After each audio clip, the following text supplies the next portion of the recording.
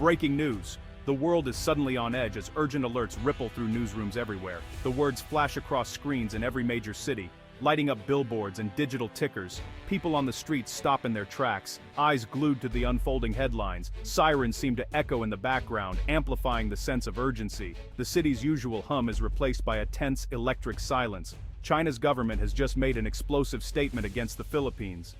The announcement is delivered with grave authority, sending ripples through diplomatic circles. The world stops and listens. In airports, cafes, and train stations, people gather around screens, straining to catch every word. Every news anchor's voice is tense, their faces etched with concern. The gravity of the situation is unmistakable. Phones buzz in offices from Manila to Washington. Notifications light up devices, spreading the news in seconds. People run to turn on TVs, radios, and live streams. Journalists grab their microphones, ready to report on what could be a turning point in global affairs. There is confusion, disbelief, and a sudden surge of dread. What did China just say? The uncertainty is palpable, and speculation spreads like wildfire. Social media explodes with hashtags. China statement, Philippines crisis, South China Sea. The digital world is ablaze with opinions, fears, and theories. Tweets and posts fly in every language as people across continents try to make sense of the breaking news. The global conversation is instant and intense. The eyes of the world are now locked on Asia. Newsrooms from London to New York scramble to cover the story, analysts weighing in on possible outcomes. The stakes feel higher than ever. Tension crackles in the air as leaders and citizens alike brace for what comes next. It's not just another story.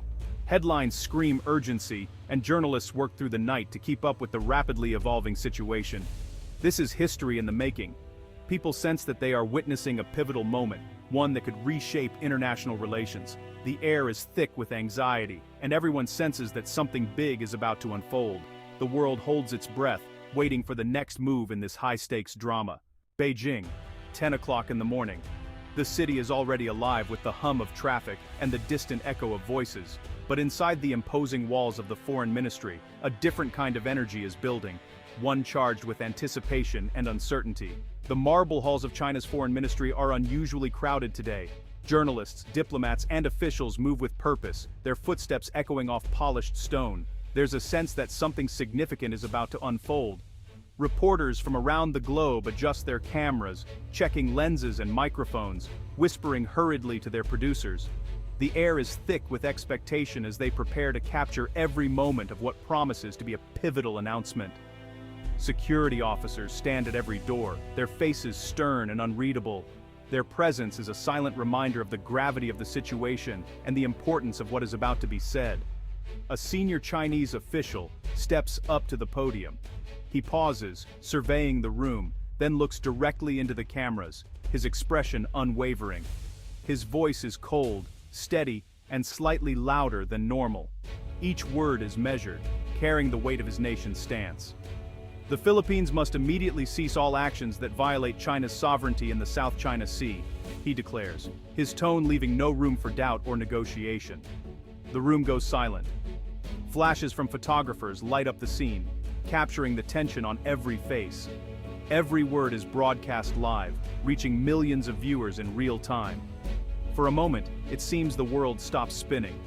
The silence is heavy, broken only by the soft click of cameras and the scribbling of pens. The official's gaze is unflinching, his message unmistakably clear. China will not tolerate what it calls provocations. His words hang in the air, a warning and a challenge. Around the world, leaders and diplomats pause to watch. In embassies and government offices from Washington to Brussels, eyes are glued to screens, analyzing every nuance. The tension in Beijing's press room is now felt everywhere, from Washington to Tokyo to Canberra. In newsrooms and living rooms alike, people sense that this moment could shape the course of international relations for years to come. China's statement is direct, firm, and to many observers, deeply alarming. The tone is unmistakable. There is no room for ambiguity or misinterpretation. China wants the world to know exactly where it stands. In their official remarks, Chinese authorities accuse the Philippines of what they call serious violations in the disputed waters of the South China Sea. They claim that Philippine vessels have repeatedly entered areas that China considers its own, escalating tensions with every move. Phrases like illegal occupation, provocative actions, and grave consequences are not just mentioned. They are emphasized, repeated throughout the statement to drive home the seriousness of China's position. These words are meant to send a clear warning. The official goes further, warning that China will take, quote, all necessary measures if the Philippines does not withdraw from certain islands and reefs. This is not just diplomatic language, it's a direct threat. The language used here is more forceful and uncompromising than in previous statements. It signals a shift in tone, suggesting that patience is running out. The statement hints at possible economic punishment, such as trade restrictions or sanctions, but the real concern is the suggestion of a military response. China's military exercises in the region are a clear show of strength. The South China Sea has long been a flashpoint for regional tensions, with its strategic shipping lanes and rich natural resources making it a highly contested area.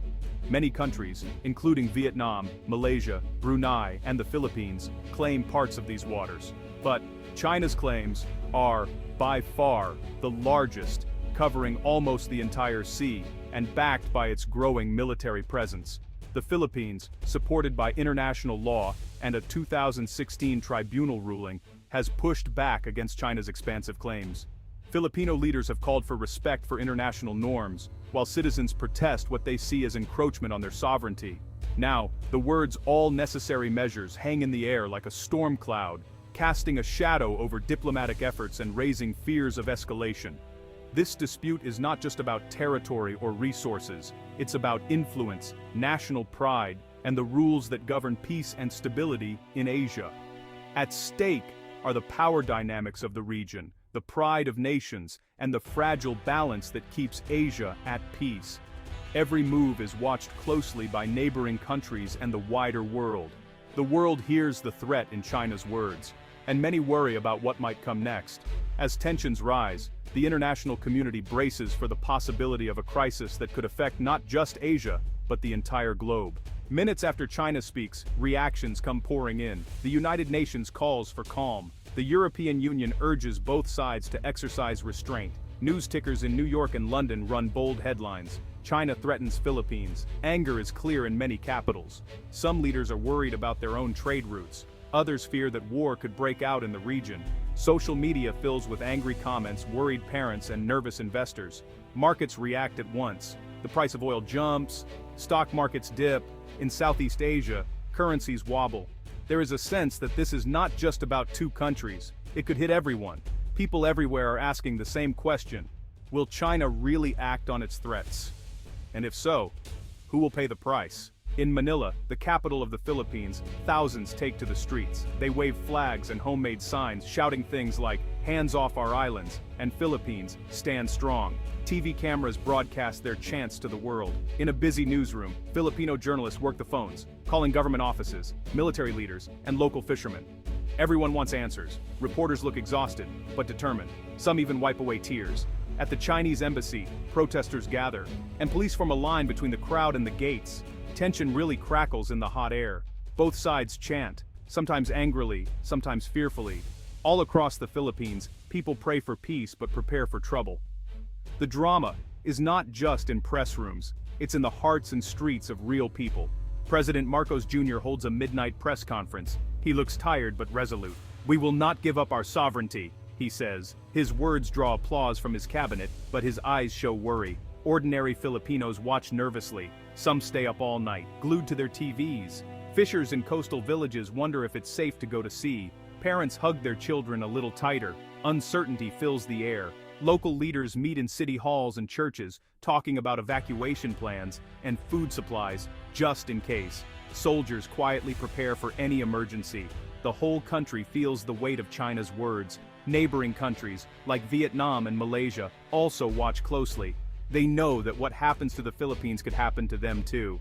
The South China Sea is more than a local dispute. 1/3 of global shipping passes through these waters. Trillions of dollars worth of goods, cars, phones, food, travel this route. If conflict breaks out, the world economy will feel it. China's move is about showing strength, but also about testing the world's response. Will the United States defend its ally? Will international law mean anything if a big country ignores it? World leaders call emergency meetings. NATO, ASEAN, and the United Nations issue statements. Diplomats scramble to find a solution. The question is not just about islands, it's about the future of global order. If one country can threaten another and win, what's to stop others from doing the same? The United States is first to respond. The Secretary of State stands before the press. We stand with the Philippines. Any attack on Filipino forces will trigger our mutual defense treaty. The message is clear. America is watching. Japan's Prime Minister holds a televised address. The peace and stability of the Indo-Pacific region is at stake, she warns. Japan increases its military patrols near the disputed sea. Australia joins in too. We call for respect of international law, their leader says. Warships are sent for joint exercises with the Philippines. Other countries, like the UK, Canada, and India, express support for peace and for the Philippines. The world feels smaller, more connected, and more anxious than ever before. No one knows what tomorrow will bring. Chinese ships patrol the disputed waters. Filipino boats refuse to leave. Military planes fly overhead. The world waits, breath held, for the next move. Diplomats work into the night. They try to find words, solutions, and handshakes that can stop a war before it starts. Some hope for talks. Others fear a single mistake could start a fight. People in both countries hope for peace but prepare for the worst. Children ask their parents, will there be war? Leaders look for answers but find only more questions. The world cannot look away. The future of Asia, and maybe the world, hangs in the balance. China's explosive statement is more than words. It is a test of how the world handles power, law, and conflict. The Philippines stands at the center, but every country has something to lose. In a world already tense, this crisis could shape the next decade. Will the world stand up for the small against the strong? Will law and diplomacy win over threats and fear? Or will power alone decide who owns the seas? Everyone is watching. Everyone is waiting for the next headline, the next speech, the next move. The choices made now will echo for years to come. The question is clear: can peace survive in a world on edge? The answer, whatever it is, will change us all.